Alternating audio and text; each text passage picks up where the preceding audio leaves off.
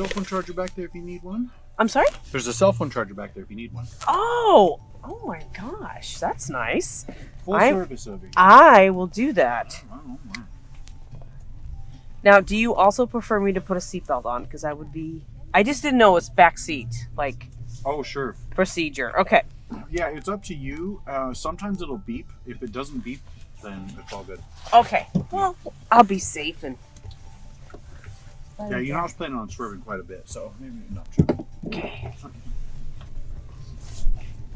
How's your day going? Oh, you know what's good? It's staying out of the cold, which is good. Yes. Getting to drive around, see Chicago, can't complain. Yeah, and the sun's out. The sun's out. It's not doing any work, but it's out. It's not warming I know. anything up, but it's out. You know, it's funny. I actually just dropped somebody off to it at that college, and then picked you up right after. Oh, wow. Okay. There's a choir practice happening there. Oh. Well, that would explain, because I was trying to sometimes, and especially they're on break right now. Mm-hmm. We don't start back until the week of Martin Luther King's birthday, the 21st. Oh, I see. Okay.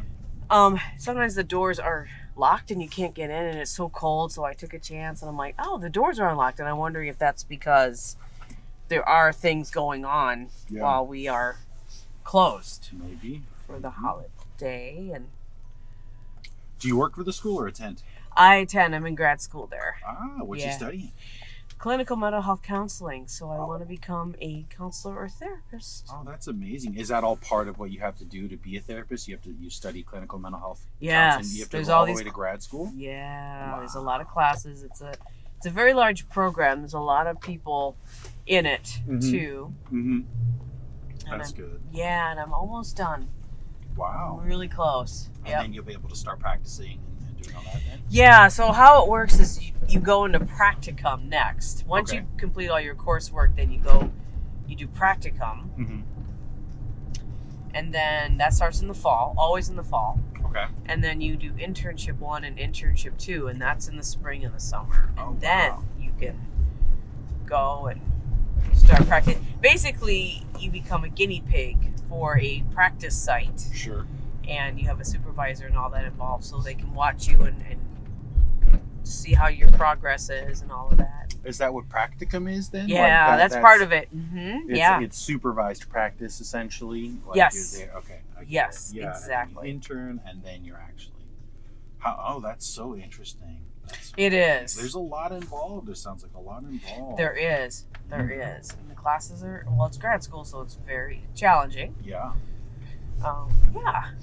But how many years of school is it then you have to do? Well, you have up to 6 years to complete everything. Okay. And I'm at year 6. Gotcha. Okay. So, because I was working full time and all of that, because most of us adults are working, it takes a little bit longer. Sure. Yeah. Okay. Yeah. I get you. Yeah, I mean, if you're working, you're actually doing something else, then yeah, you've got to squeeze it in between. Is this like a career change for you then? Yes, definitely will be. Okay. Yep, I used to be an administrative assistant for years at a company in Evanston. So, yeah, this is where my passion lies, is helping others and helping people.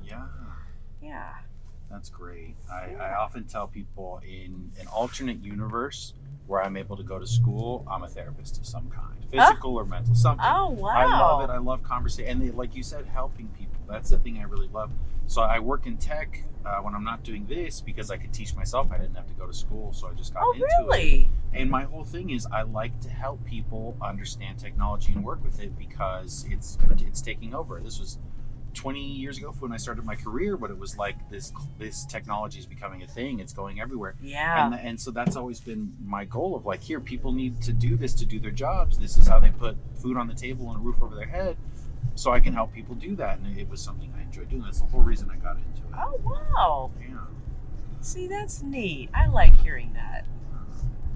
But yeah, the studying. You tell me 6 years of school. That's not happening. I know. It's not happening for me. I know. And I started this journey later in life, so it's not like I have the brain of a 20-year-old and, it's a 50-year-old brain trying to, try to bring, I think that's the better. For one, you don't look 50, but for two, oh well, thank you. Yeah, for two, I think that's better. You're bringing experience to it. You're actually you've actually lived. You know how to talk. Like, I wouldn't trust a therapist that was 26. There's no way. I wouldn't want somebody who just did this right after high school and went through everything like that. I'm in my 40s. I can't. I'm not.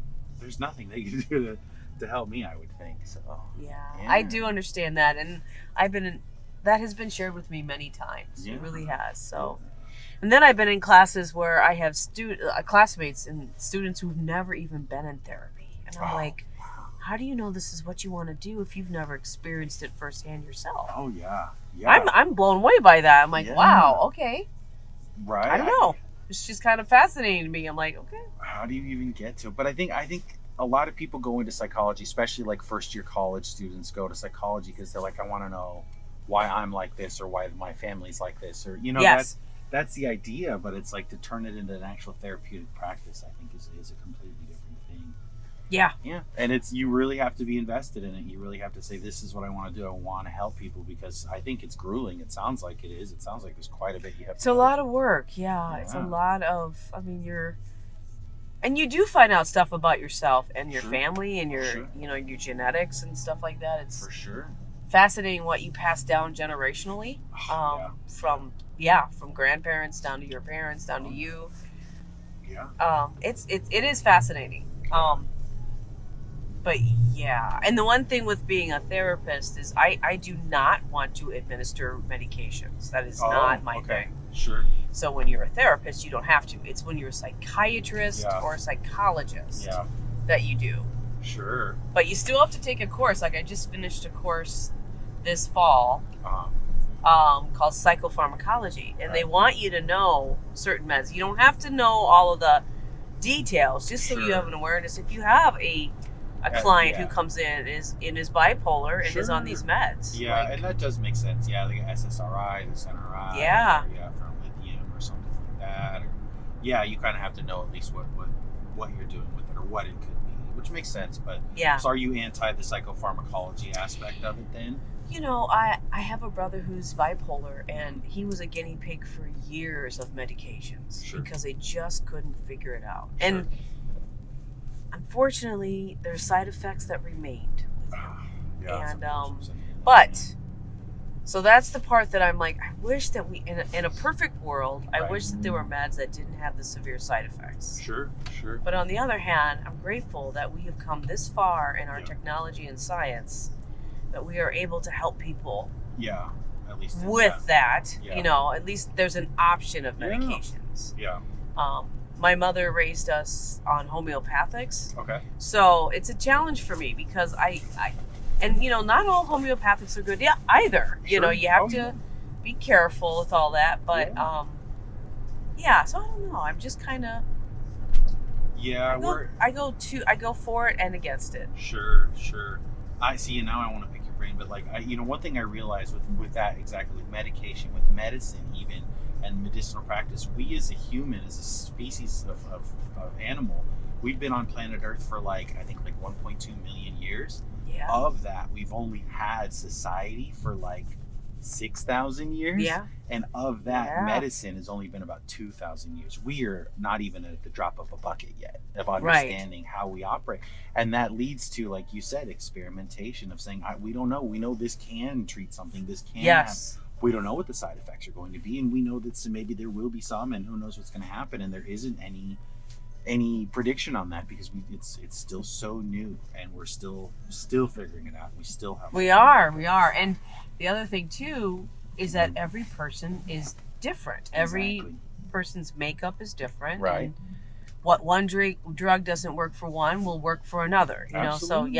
So there's all of that too. But and like you said, though, it can be tragic. It can be difficult. There are side effects that last and things that happen that way, and it's really unfortunate that sometimes the best we can do still isn't good enough for some people, and there's a loss there, and and it's just it's where we're at. One thing I've been doing my own version of research of professional is what's it called? Psychedelic therapy, psychedelic assisted therapies and stuff like that. And I'm wondering what's your take on that? Because I talked to somebody who works in psychopharmacology And one thing I brought that up as well. He said money's really gotten into it, and money is the reason why things that are helping people aren't always getting out. So I'd be curious what your thoughts are on that, or if you've observed it at all. I probably should do more research on that because, psychedelics are, they're good and they're bad. I mean, again, it's you're going to find good and you're going to find bad. Absolutely. And the problem is with one thing that a lot of we therapists are coming across is addictions. Oh, sure. And how psychotherapies can counteract that sometimes. Sure. I don't know. But psychotherapeutic is, it's good that it's out there. It really, really is. Right. And the other thing, too, we're discovering is the brain is this giant thing in our head. And we haven't even touched a majority of it yet because we don't know. Right. So psychedelics I find them intriguing, but again, I haven't even done any really look into it because I just took this psychopharm class. So, sure. But it does fascinate me. Yeah. Because I would need to know more about it. Yeah, I just watched the documentary. Is Michael Pollan, How to Change Your Mind? And that's what they were talking about, MDMA-assisted therapists for people with post-traumatic stress syndrome. Right. Like that. And then psychedelics, LSD, and I think there was another one. But that's what they talked about was addiction, how some people were alcoholics and just took mushrooms one time and then it's just gone. They're not addicted anymore. Right. It's true. It's true. Yeah. And marijuana, now that it's legalized in many states, right, it has healed people. Things. I use it medicinally for exactly that thing. I was see, it's, because it was either that or opiates, right, which are so addictive and so strong. And it's like I didn't, it was back pain. I didn't need it for that bad, but it was like, what was the difference? So yeah, exactly. So I think to me with pharmacology is it looks like these big pharmaceutical companies go, well, how do we get the profit out of it? Because that's their incentive. It's not helping people. It's not healing people. It's not providing medicine. They want to control medicine to make money off of it. And that's what I think. Like, listen, if psychedelics can cure 10% of people of addiction, 1% of people of addiction, but they couldn't do it another way, isn't that beneficial? But if there's not a profit incentive. And that's where Big Pharma really irks me because there have been documentaries about really what it's about, and I don't remember what the title of this documentary was called, but the main idea of this research from this documentary was that pharmaceuticals are keeping us sick, so we have to keep taking the drugs. Sure. And that makes sense to me too, because I can't tell you how many friends of mine who are taking 5-6 meds a day. Like, do you know what that's doing to your body? It's because it's not. It's healing one thing, but killing another thing in your body, and then you got counteractions, and I don't know. So, but that made sense to me. Like, as long as they're keeping us all sick, right, we're gonna need those meds. That's where the money comes in. Exactly. Yeah, because the cure is not profitable. No, because we're not gonna make any money if you're cured from something, right?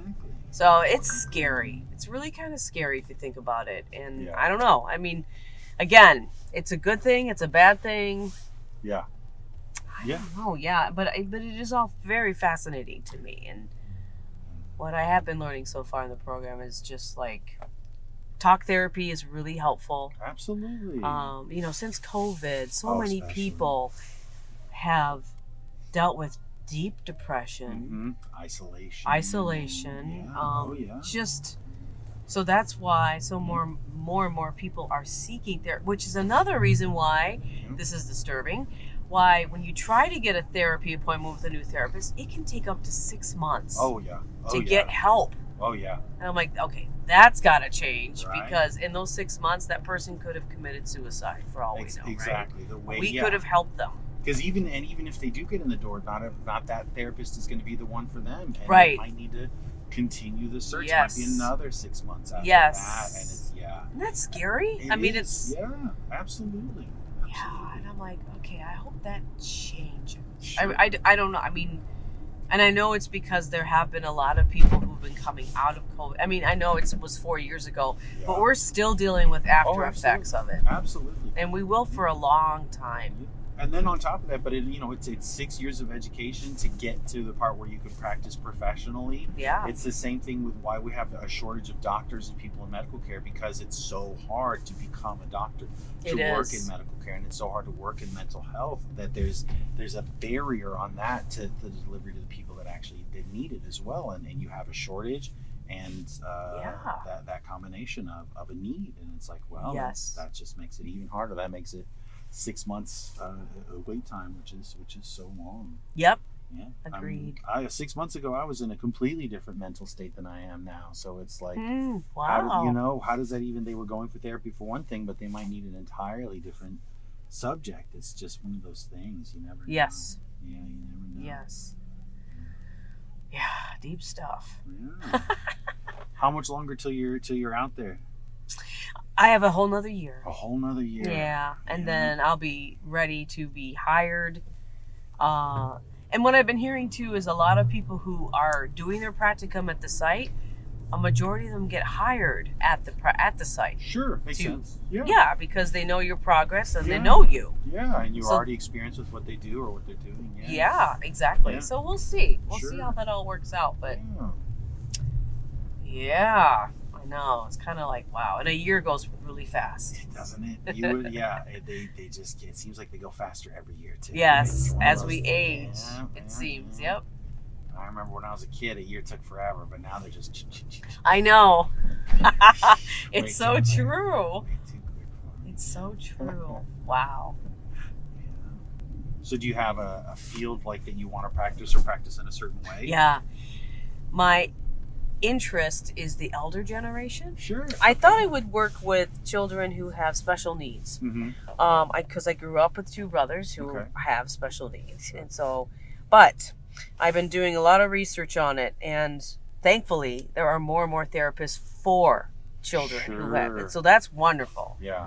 But I really have a strong association and a big heart for the elder, because I just feel that they just kind of get dropped off. Absolutely. And they're forgotten. Yeah, that generation was the keep it to yourself generation. Yeah. Yeah. So I just feel I'm going to work with them, and I'm going to work with Alzheimer's, dementia, and possibly Parkinson's. Well, that's great. And just, because they still have something to offer. They're older, but we're living longer. That's very true. Yeah, I say 50 is the new 30. So. I like that. John, it was a pleasure. Yes, it was. Thank you so much. Thank you. Happy holidays. Happy too. New Year. Happy New Year. I know it's all of it's over, but I feel thank you for this, by the way. Of course. The charging. Of course, yeah. And watch your step. It might be a little icy. I tried to avoid it. Oh, but it is. Watch your step. Thank you. Of course. And you take care. Thanks, you too. It was great talking to you. Yes, it was. Thank you. All right. Have a good one. All right.